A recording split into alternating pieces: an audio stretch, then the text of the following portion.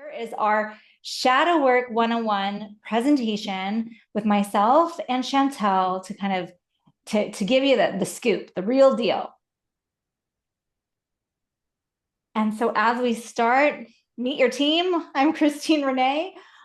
For the Moon Rising Shamanic Institute, I am the visionary. I'm the one who kind of gets these big downloads of what we're supposed to be doing and creating the bigger picture of our programs and offerings and holding the sacred space for the bigger container, as well as like bringing in new information, organizing our team, supporting our facilitators, and as well as teaching. I think we all love that aspect too. Like I know, like I am, that I was born to teach this stuff. Like this is my soul's calling. And so I'm really happy to be in this space to share with you tonight. And I'm so excited to have Chantel with us as well. So Chantel, will you just give us a little snippet about yourself as well? Yes. Hi, everyone. I'm Chantel Ochoa, and here at Moon Rising, I'm the mystic. And so I hold the container of, I really am into like rituals and ceremonies, reading cards, using divination tools, connecting with our higher consciousness, as well as connecting with our shamanic roots here at Moon Rising. And so really tuning within and to help you to walk that path and where your authentic self is.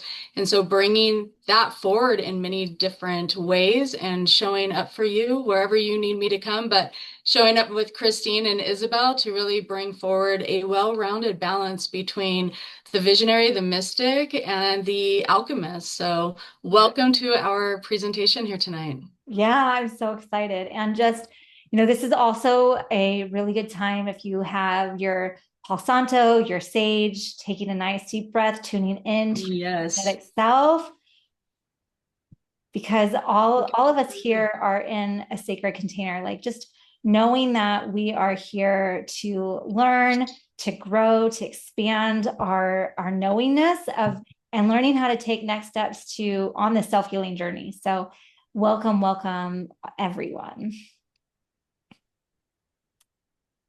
Okay, so for tonight, what are we up to? Well, this is what you can expect from this presentation.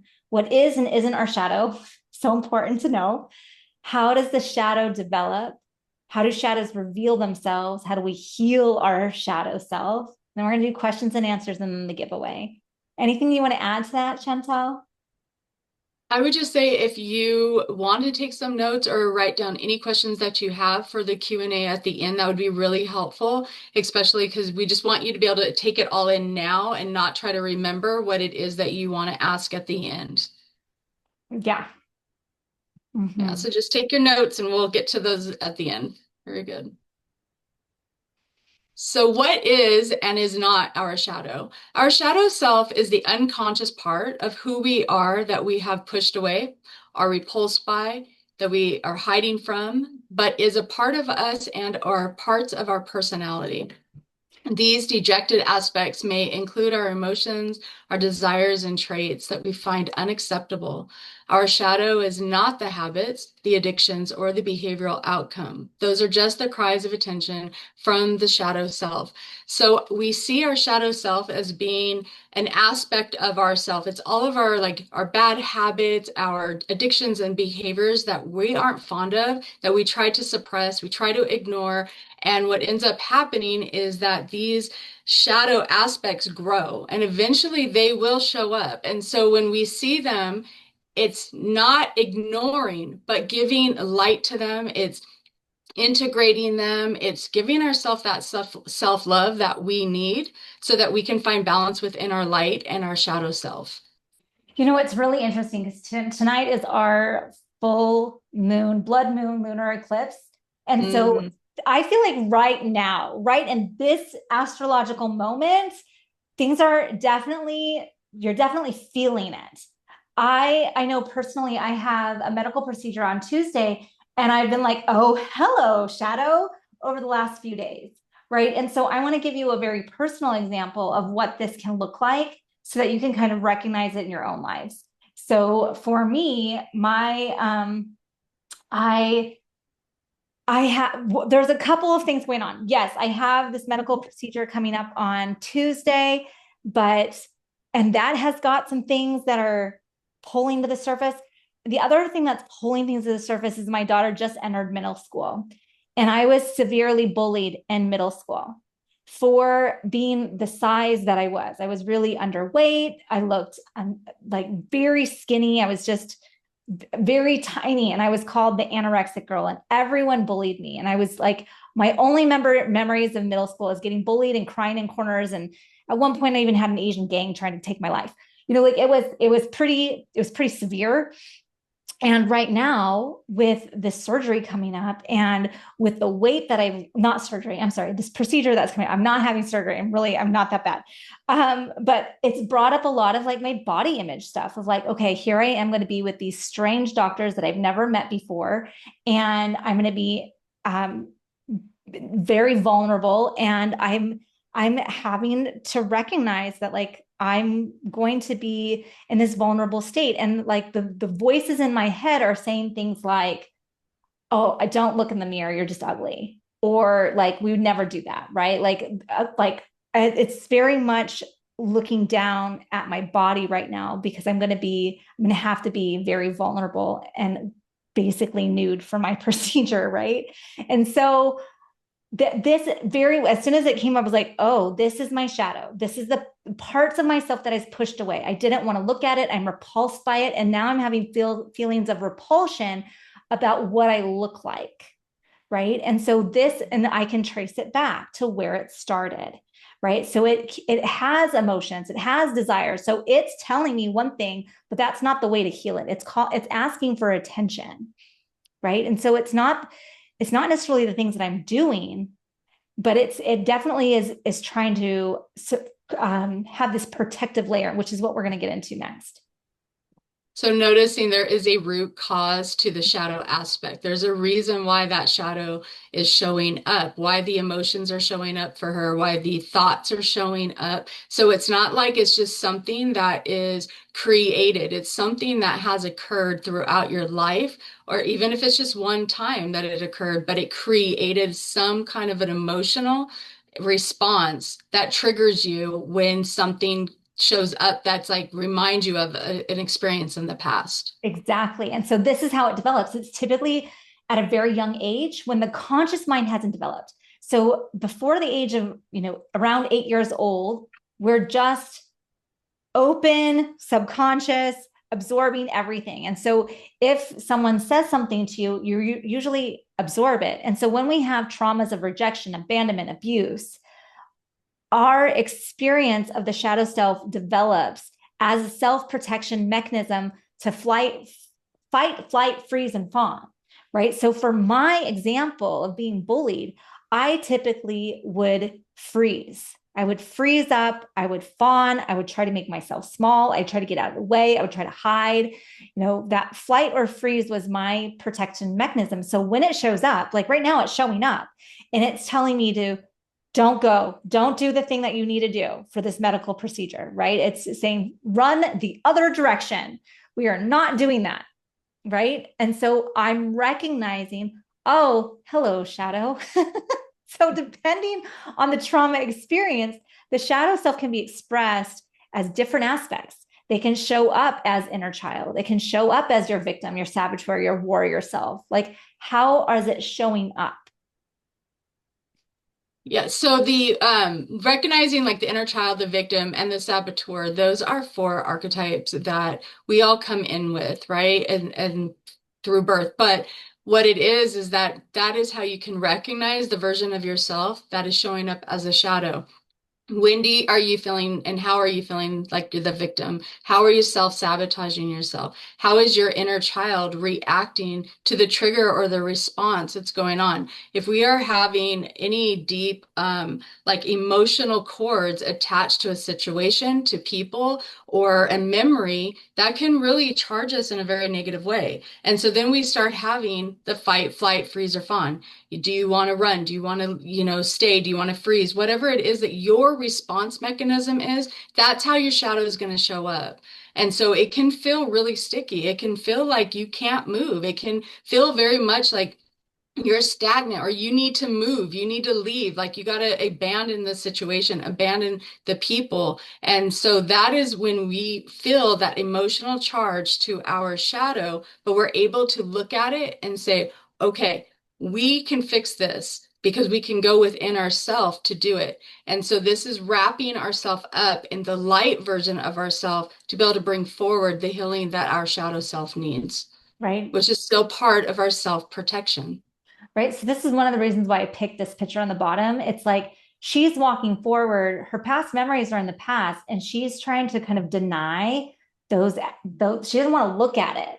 And that's oftentimes what happens is that we don't want to look at those yucky places from our past, yet their behavioral traits are still living in our subconscious and they're showing up anytime that we feel triggered. And I love the one on top because a lot of times our first bully can be a wounded parent.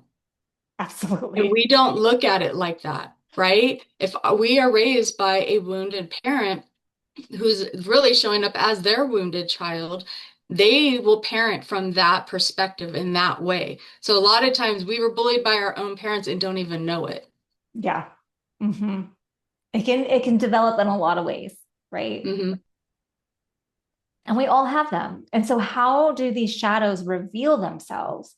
The shadow often shows up as habits or traits that are seeking external validation and is expressed when we feel grief, escapism, extreme emotions, addictions, absorbing other people's energy, opinions, projections, the people pleaser, and like so much more.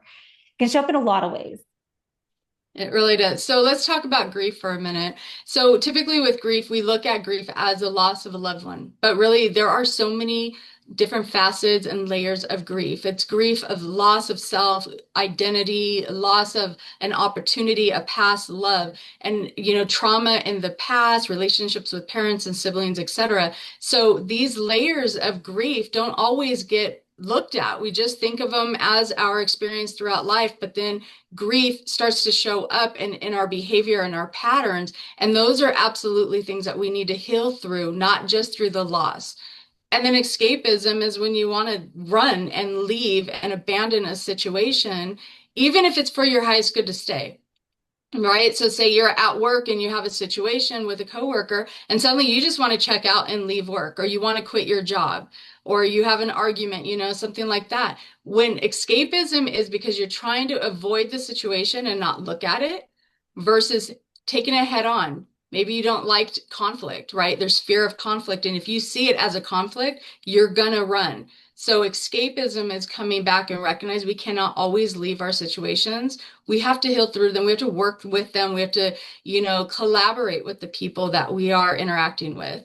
Extreme emotions. This is that, yo-yo effect, that the dips in our personality of our emotions, where you can go from one extreme of being happy, high, and enjoy, and then you can be angry and mad and throwing a fit, having like your own emotional tantrum as an adult. And it's because there's no emotional regulation. And when you can emotionally regulate, you can take a moment to breathe. You can do some self-regulation, some, tapping of yourself, different techniques that help you to breathe, to relax, to give yourself a moment to respond to the situation in your own authentic way without blowing up on the other person. Yeah, it's really interesting when we see our shadow and where you are at in your shadow work, because these are going to start to shift once you start doing the work of it, right? So when the shadows first reveal themselves, it can be these extreme emotions. And like for my example, I've been crying off and on for 2 days now, right? Like I just feel like I'm constantly on the brink of tears, right? And so I'm like, I see you, and we're going to give you space to cry. And I'm going to hold the emotion. I'm going to be around other people who can hold the emotion. I'm going to give myself grace. I'm going to ask for help when I need it, And so we learn how to start working with our shadow side. But when we are in suppression mode, it shows up as addiction. When we're in like suppression mode, it shows up as escapism, as those blown up emotions. And it also shows up when we start absorbing other people's energy, opinions, and projections. So when someone else is triggered and they're projecting on you their stuff, their shadow side is like bleh. And you then absorb it. You like, okay, well, I'll take that on. I'll carry it. What else do you have to say to that one, Chantel? Um, so I see it as we are absorbing others if they're projecting on us, but we can also be absorbing theirs because we feel like we're not being seen, or we're weak in our own self, right? So we're trying to take energy from other people so we can feel stronger, so we can feel imbalanced. But what ends up happening is it's like this falsity that's occurring within, because if that person leaves, you're not really the one with the ideas and the energy and the opinion. So as a lot of times when you're in suppression mode, you are going in to the external world and looking for your validation instead of going within and asking yourself, is this the right step for me? Do I need to do this? Right? The answers are all within us. But within suppression mode, we tend to go and seek everyone else's opinions and answers as our truth, as our validation. So then you can become a people pleaser, right? How many of us are people pleasers where you just want to give everyone what they want so that the situation is handled? But is it really handled? No, it's just a layer upon layer that we are doing. We're masking it, right? Or we're just putting a band-aid on it. So it's really noticing where our boundaries are, setting those up energetically and verbally for ourselves as well as others so that they'll respect who we are, right?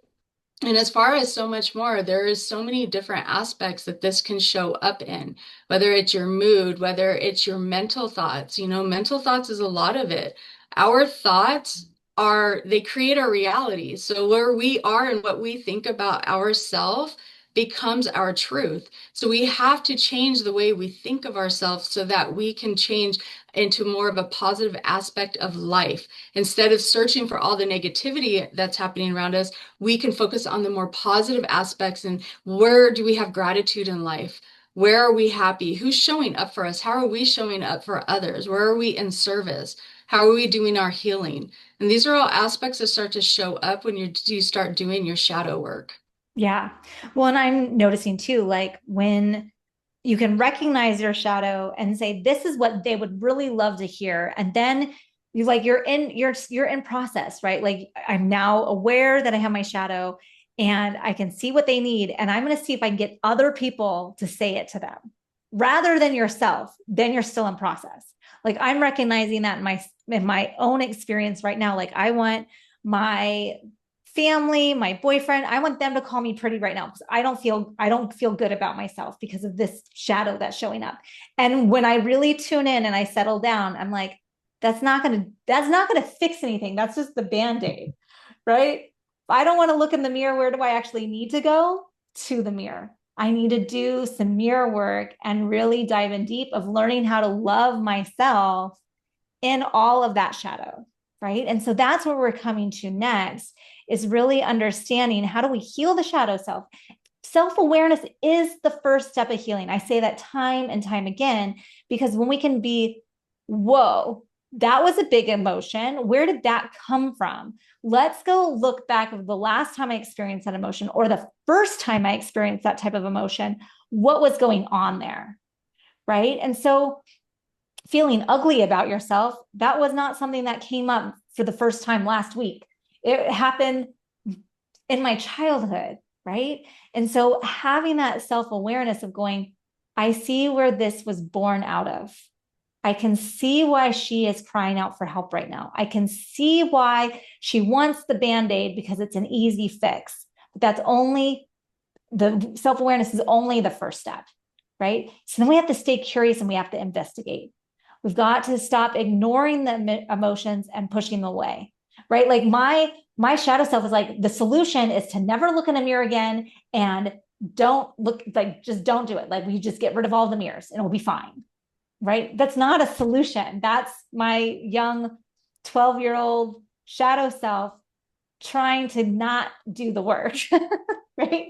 And I've got to be the adult self going, I see you. I see that you're going to try to push this away. And we're going to go do some journal prompts.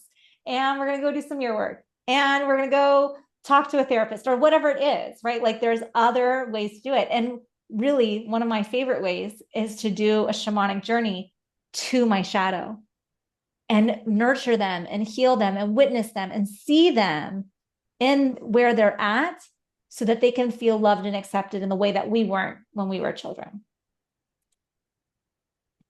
And then we have self-acceptance and loving accountability. So when we are going through these steps, which these are actually one of my favorite ways of going through shadow work, because you have a step by step, you have your self-awareness, you're curious, you're investigating your why, and then you have self-acceptance. So knowing if your shadow shows up and you're acting out in some way, this is not self-punishment. This is not for you to go blame yourself and punish yourself and you say, oh my gosh, I've always acted like this, or why did I blow up on this person? This is a time for you to have radical self-love and accountability. This is when you can say, I acted out, or I avoided a situation that I needed to take care of, and I, acted this way. So now I need to give myself that self-love and recognize where it came from. And in that moment, you're able to heal the timeline of that energy. So you can take it all the way back to your childhood or your younger years, whenever it occurred. And through that self-awareness and that work that you're doing with self-love, acceptance, and your awareness, you are now healing that timeline. So then you're going to alchemize the energy, which is allowing and releasing the energetic patterns of limiting beliefs. So once you start to realize what the limiting beliefs are, and that is literally going step by step, like I see it, I see where it started. Why did I feel like that? And when you start taking the layers away, you are really healing that energetic pattern, and the limiting beliefs then to start to heal. You start changing that. I'm not ugly. I am beautiful. I am not sick. I am healed. I am worthy not to be bullied. I am strong. I am not weak. You start speaking to yourself in a way that starts to alchemize you. It starts to pull that energy up. You're raising your consciousness. You're raising your emotional intelligence. So all these things start to occur for you because you're having this self-awareness and you're bringing it back to you versus going out to everyone else, asking them their opinions. And then you get to integrate. So once you've done all of this work, and it doesn't have to be a long time, you can take your time doing it, but you literally can do this in a matter of minutes or hours.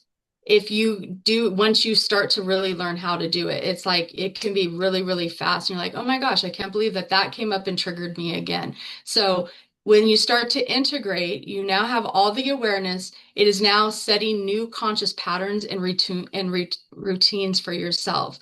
So then if you have some routine doctor appointments that are coming up, or some investigative doctor appointments that are coming up, to follow the example that Christine is using, is then you can say, you know what?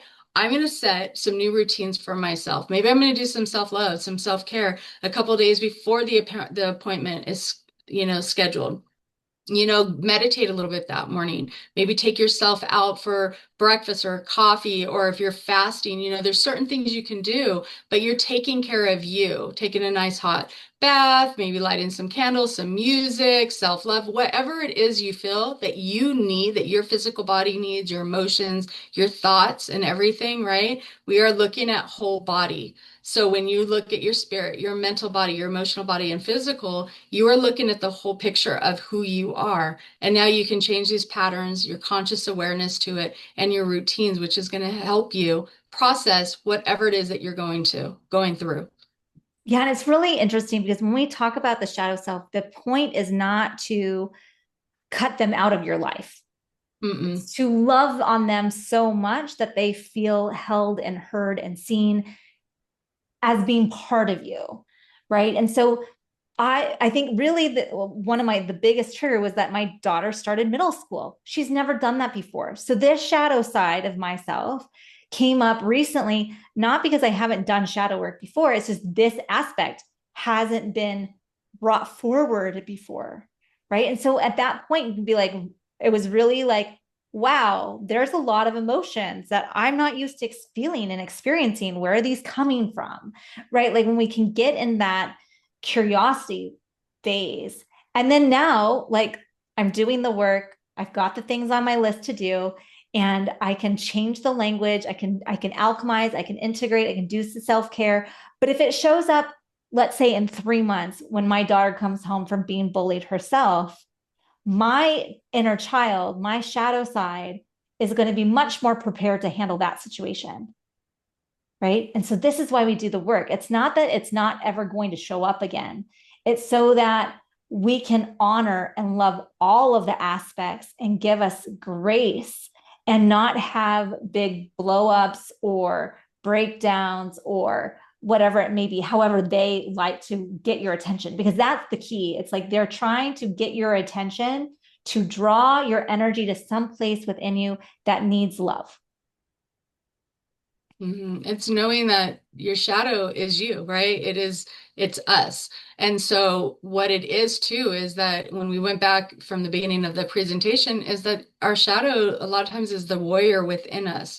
And it's our shadow that has helped us get through so many past situations. So when it does show up because there's a trigger, there's something that has occurred, it's time now to look at it for probably maybe for the first time, right? Like she's saying, her daughter's never gone to middle school. So now she's being triggered by it. So now is the time to look at it and say, okay, I can heal this and work with this right now. So when her daughter has an experience, hopefully not, but Right. if that happens, she'll have the strength to be able to say, okay, we can hit this, we can do this now. We can take care of this.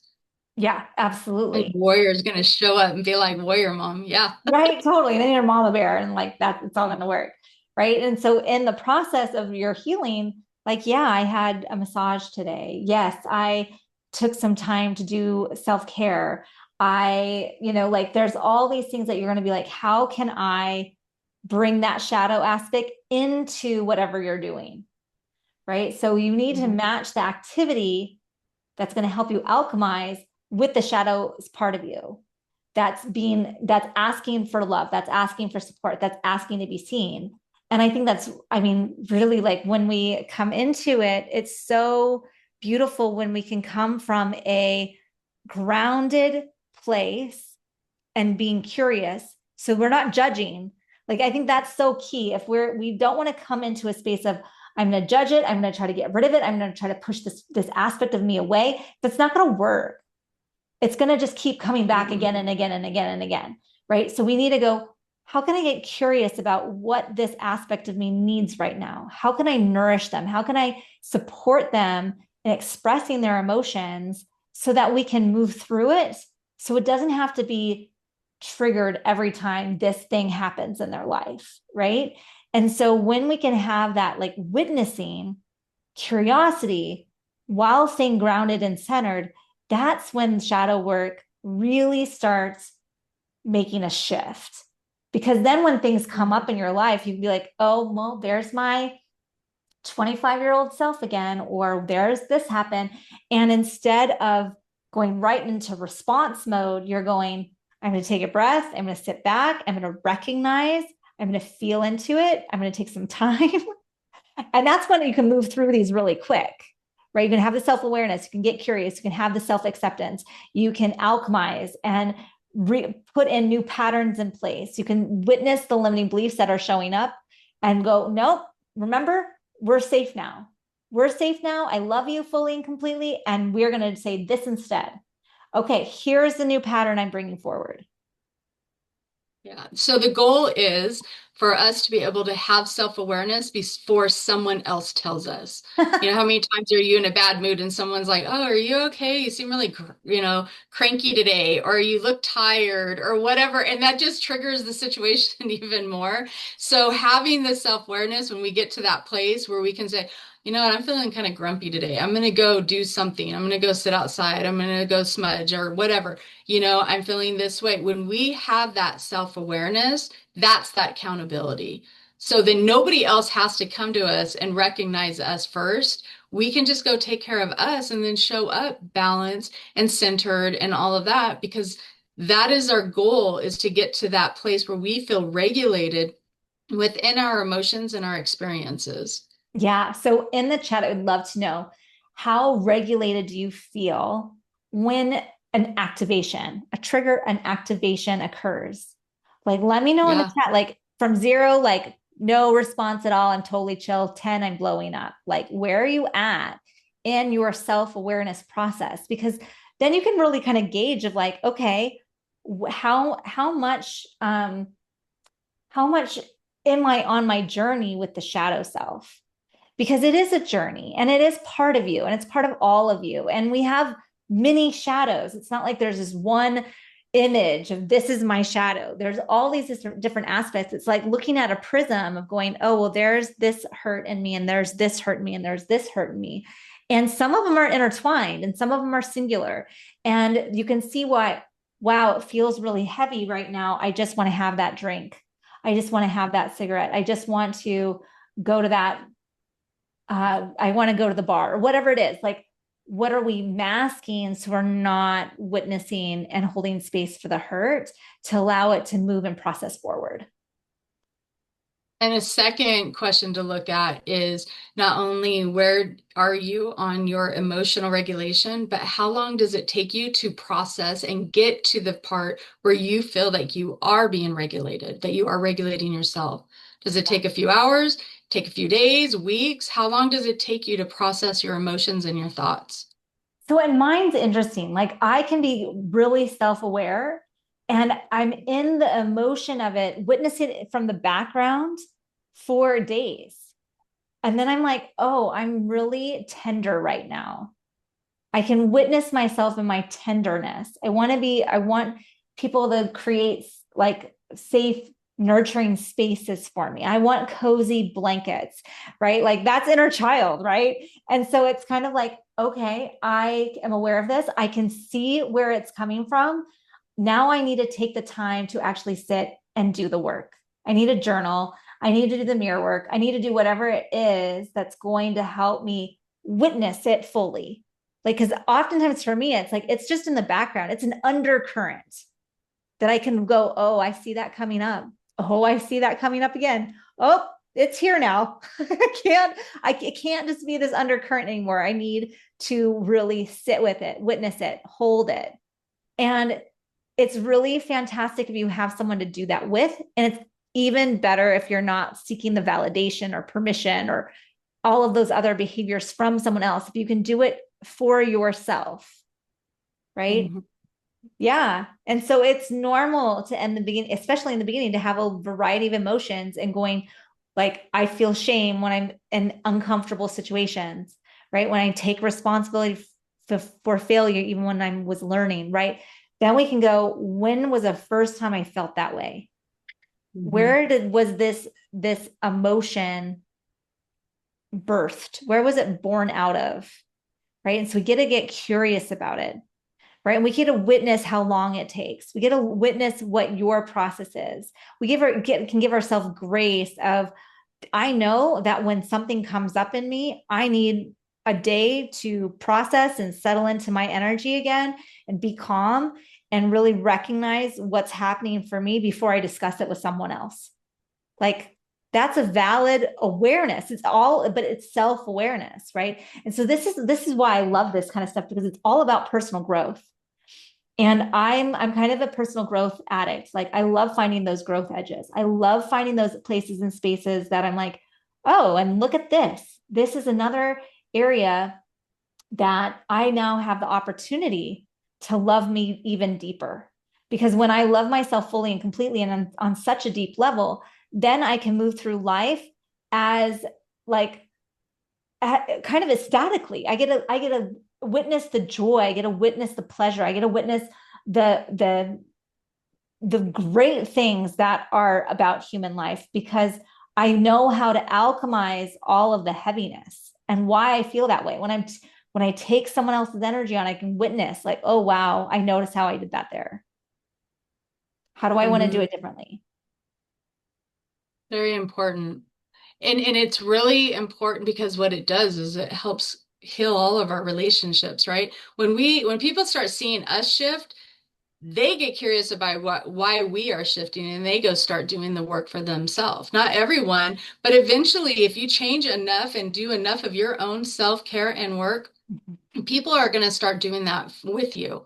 Right. because they can't regulate with you. They can't match your frequency. If they're hanging out way down here and you're raising yourself up and they're still in shame and blame and guilt and, emotions, Projecting. and you're up here in happiness and joy, they can't reach you. Right. So they Right. got to Yeah. rise up to you. That's it. Like when Yeah, people start projecting their energy on you and you're like, yeah, I'm not available for that. I'm not not available. available. I'm not available for that. That's like one of my favorite phrases when people start projecting, like, wow, you're projecting your energy, your past experience, your hurt on me, and I'm not available for that. Hmm. And it's just, you just cut through. And so then those relationships fade out because they're still trying to use other people as mirrors instead of an actual mirror and looking at themselves. So we have 3 programs at Moon Rising Shamanic Institute. We have our Soul Rising Shamanic Reiki training, and then we have the intermediate practitioner, and then we have the advanced. So know that, like, the deeper we go, the deeper we go.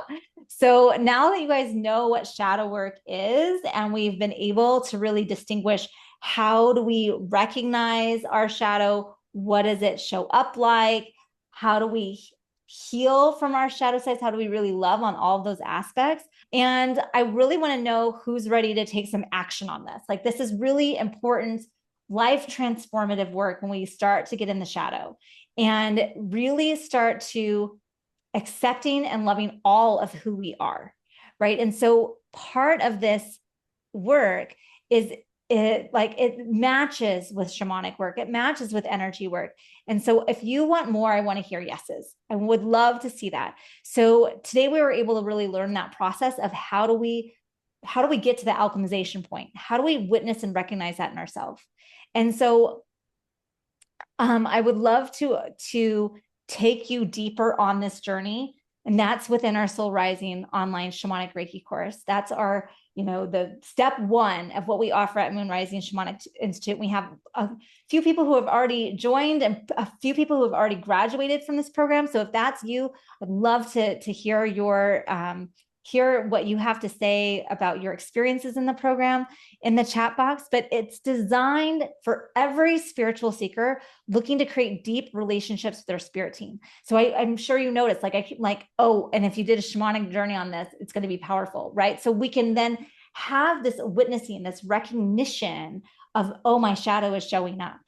That part of me is showing up. And now I'm developing a spirit team to go on the journey with me to heal all of those aspects of myself. We're taking it to such a deeper level.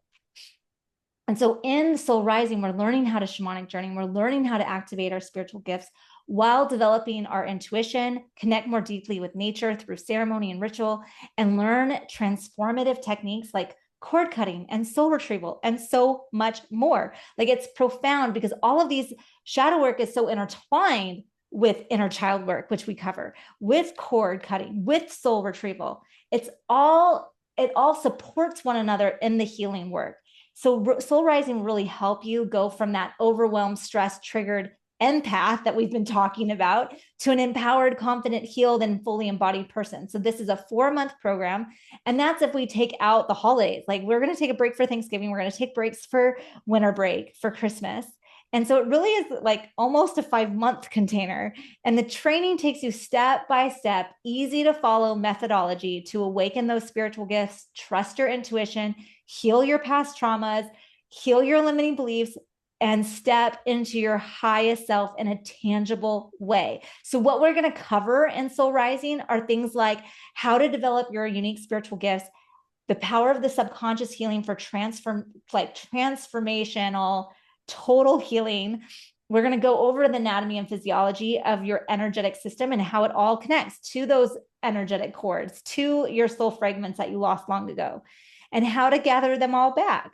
We're going to talk about the shamanic roots of Reiki and how to embrace them, how to identify, process, release, and heal those limiting beliefs. It's such an important piece.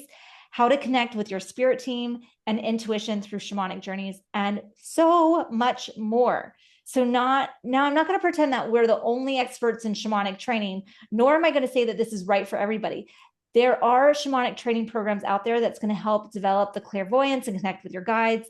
But what makes this program really different is that we stand apart by empowering you to Do the self-sourced wisdom rather than following guru-based teachings. I don't want cookie cutters of me. I don't want cookie cutters of Chantel. I don't want cookie cutters of Isabel. I want you to be all of exactly who you are. So by the end of the program, you know how to journey to your questions. So if you have a question in life of how do I need a support on this, you can go to your spirit team and you can have that self-sourced wisdom from within you. So our approach acknowledges that there's no single right way or wrong way to personal growth. We offer you an array of tools and techniques, and then you follow through with your own personal support. We follow through with all that personal support so that you can find the best step forward for you. We've all done our own healing work. We've been in the depths of trauma, limiting beliefs, and self-sabotaging behaviors and done the work to find a better way of living. We figured out how to teach these skills, instill the confidence, and find a path forward that creates lasting transformation. We break it down with a clear methodology to support you moving from a people pleaser who can't put themselves first and feel stuck on the hamster wheel of anxiety to a confident and empowered person who knows their worth and is connected to their purpose. So in Soul Rising, you'll get the pre-recorded videos covering the lower 4 chakras, the seat of most limiting beliefs and the most healing. Why? Because that's where we've developed our subconscious mind. That's where it is all absorbed. So you'll receive the training videos on shamanic and spiritual coaching techniques to make healing tangible, activating actions. We have over 35 activating actions to balance and heal your energy. Do the guided meditations and workbooks. You'll receive, there's 2 or 3 calls a week, and we base the call schedule on your availability. I Tetris this all together. You give me your availability and I put the call schedule together. So you don't have to worry that the schedule is not going to work for you. I'm going to make sure it works for you. We also have a private student community and chat. So you guys are available to support one another. So if you've ever felt like an outcast and can't connect with anyone, you can come into this group place and everyone is right where you are. You all are sharing your own intuitive visions and things that you see and how spirit shows up for you and all of the weird, wacky, and wonderful ways. And you're accepted and supported in that process. And know that if you want to jump on a call with me, if you have any questions, feel free to reach out on Facebook Messenger. You can also talk to Chantel or Isabel. With that, thank you all so much for joining us this evening. If you have questions, please reach out to me and we will see you soon. Thanks, everyone. Mwah. Thank you. Bye, everyone.